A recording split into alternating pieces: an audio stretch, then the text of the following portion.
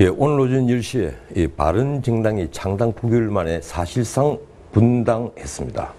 정확히는 9분이 탈당을 했습니다. 김영우 의원 모시고 얘기 듣겠습니다. 어서 오십시오. 네, 예, 어떻든 피치 못할 탈당이었다. 이런 주장들을 합니다. 탈당하신 분들은.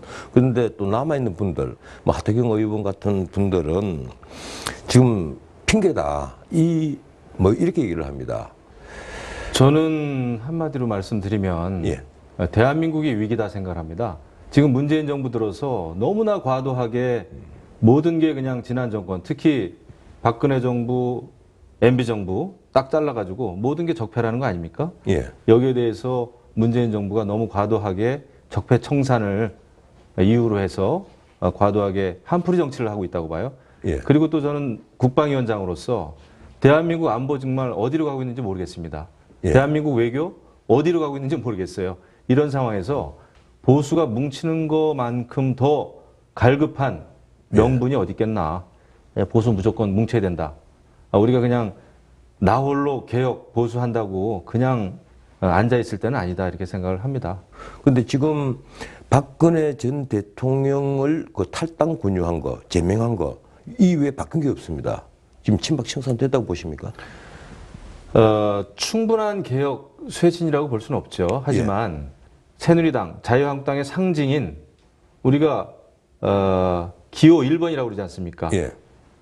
박근혜 전 대통령을 탈당시켰다고 하는 것은, 출당했다고 하는 것은 이제 그 개혁의 시작이다. 상당히 의미 있는 시작이다. 또 쉬운 선택만은 아니었습니다. 지금도 내부적으로 반발이 많이 있잖아요. 예. 저는 이게 그래도 개혁, 쇄신을 위한 첫 단추를 꿰기 시작했다 이렇게 봐야 되겠죠. 예. 이분에 9분 탈당했는데 2차 탈당 있다고 생각하십니까?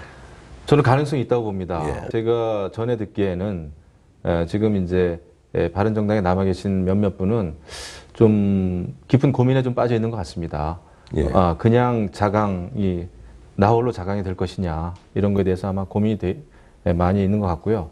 오늘 이제 9명이 탈당하는 바람에 일단 그 보수가 통합으로 가야 된다라고 하는 하나의 모멘텀은 생겼다고 봅니다. 이 모멘텀은 생겼다. 앞으로 당에 돌아가서 또 그 원래 탈당하지 않았던 분들 사이에서 반발이 많이 지금 나오고 있거든요. 어려운 난관이 분명히 있을 겁니다. 예. 어려운 난관이 있죠. 마치 집 나간 사람이 이제 들어온 것처럼.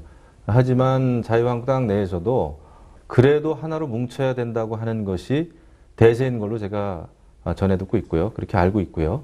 그리고 입당 절차도 통합추진위원회를 구성했거든요. 예. 지금 무리 없는 입당을 위해서 애쓰고 있습니다.